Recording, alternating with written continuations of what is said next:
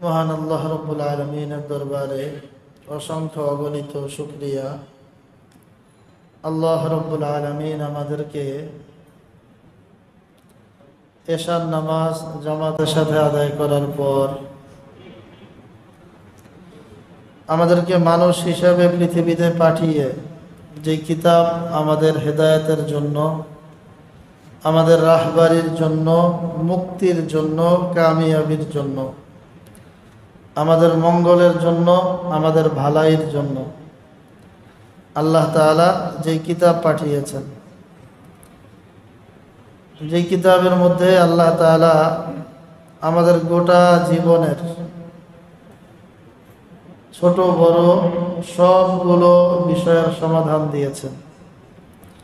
আমাদের ভালো মন্দ যখন যেই পরিবেশ পরিস্থিতি আসে সেগুলোর ব্যাখ্যা বিশ্লেষণ করেছেন।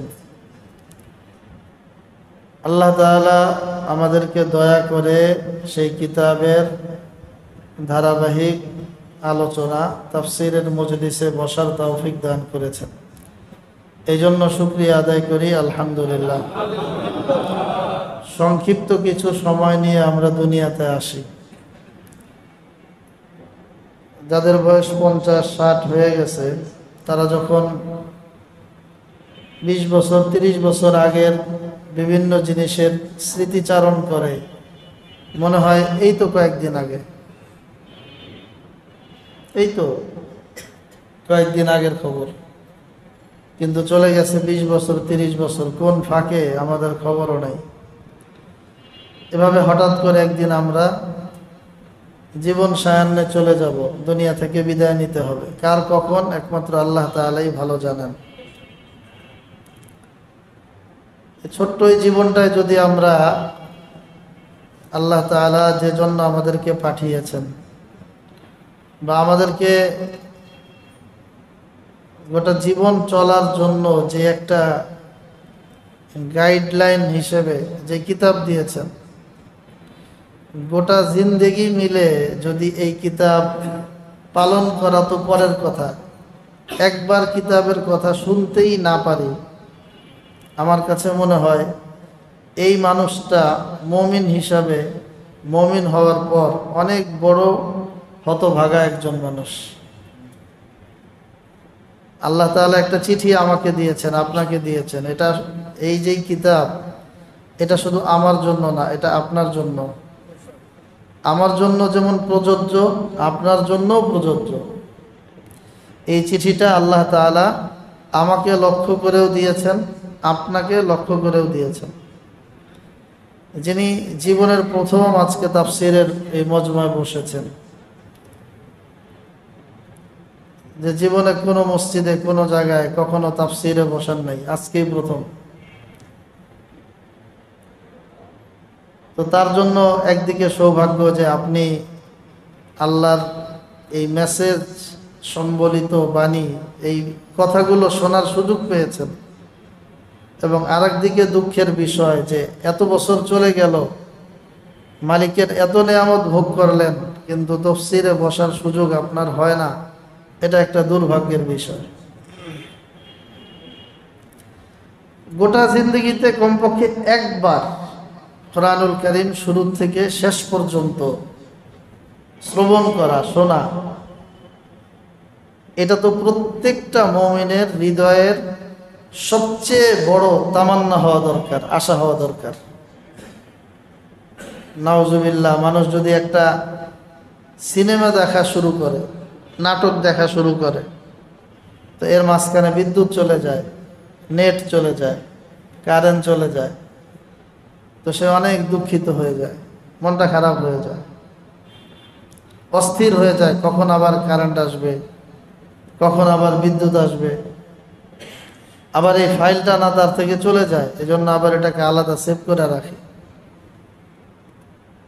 দুনিয়াবি একটা নাটক, সিনেমার পুরনো স্ক্রিপ্ট এটা দেখার জন্য এত আগ্রহ, তার থেকে শতগুণ, হাজার গুণ, লাখো গুণ বেশি আগ্রহ প্রত্যেকটা মুমিনের কোরআনুল কারীমের বাণীগুলো শোনার জন্য থাকা দরকার। এটা মায়ার সাথে এইসব মজমায় বসা, নিজের প্রয়োজন মনে করে বসা, আন্তরিকতার সাথে বসা, এবং এটাকে খুব গভীরভাবে অনুভব করা যে আল্লাহ তাআলা আমাকে লক্ষ্য করেই এই কিতাব পাঠিয়েছেন। আমরা যদি এখানে যারা আছি তারাও যদি একটু ফিকির করি, চিন্তা করেন, যারা মোটামুটি নিয়মিত 5 বছর 7 বছর 10 বছর তাফসিরের মজমায় বসেন, তারাও কিন্তু কোরআনের এখনো 3 ভাগের 1 ভাগ 4 ভাগের 1 ভাগ আলোচনাও শুনতে পারেন নাই। তাহলে পূর্ণ কোরআনে আমাদের জন্য আল্লাহ তাআলা কি কি আলোচনা এনেছেন, বা এই যে একটা কিতাব এত দাম, এত সম্মান, এত ইজ্জত, কোরআনের দাম, কোরআন যে পড়ে তার অনেক দাম, কোরআন যে মুখস্থ করে তার অনেক দাম, কোরআন যেই রাতে নাজিল হয়েছে লাইলাতুল কদর ওইটার অনেক দাম, যেই মাসে নাজিল হয়েছে রমাদানুল মুবারক ওই মাসের অনেক দাম, যেই ব্যক্তির উপরে নাজিল হয়েছে মুহাম্মদুর রাসূলুল্লাহ সাল্লাল্লাহু আলাইহি ওয়াসাল্লাম, তিনি শ্রেষ্ঠ নবী, যেই শহরে নাজিল হইল ওইটা শ্রেষ্ঠ শহর। এই কোরআন কেন্দ্রিক এত শ্রেষ্ঠত্ব, তো আমি আমার জিন্দগিতে যদি এই কোরআনটুকুই পড়তে না পারি এবং কোরআনের কথাগুলো শুনতে না পারি, বুঝতে না পারি, তাহলে এই জীবন আমাকে আল্লাহ কেন দিলেন? শুধুই খাওয়া আর ঘুমানোর জন্য? এটা তো প্রাণীকুলকেও আল্লাহ তাআলা খাওয়ার জিম্মাদারি দিছেন, এরাও খায় আবার এগুলো ত্যাগ করে, আমরা ওইটা করব না। এই জন্য আল্লাহ তাআলা আমাদেরকে বানান নাই। আল্লাহ তাআলা কোরআনুল কারীমের মধ্যে বলেছেন, ওয়ালাকাদ ইয়াসসারনাল কুরআনা লিয-যিকরি ফাহাল মিন মুদ্দাকির। আল্লাহ বলেন যে তোমাদের জন্য আমি কোরআনকে সহজ করে দিয়েছি। আছো কি কেউ কোরআন থেকে উপদেশ গ্রহণ করবা? এখন উপদেশ গ্রহণ করতে হলে আমাদেরকে তো আগে কোরআনটা শুনতে হবে। কোরআন এমন কিতাব যেটা মানে যে কোনো সংবিধান মূলক যে সমস্ত বই হয় এগুলো যে কেউ বুঝে না, এটার জন্য সংবিধান বিশেষজ্ঞ লাগে। বাংলাদেশের সংবিধান আছে একটা, এটা আপনি আমি ব্যাখ্যা করলে আদালত এটা গ্রহণ করবে না। সংবিধান বিশেষজ্ঞ যারা, তারা যখন ব্যাখ্যা করবে এটা দেশের রাষ্ট্র, সরকার এবং আদালত গ্রহণ করবে। কোরআনুল কারীমেরও শুধু শব্দ আর অক্ষর দেখেই কোরআন বোঝা যায় না।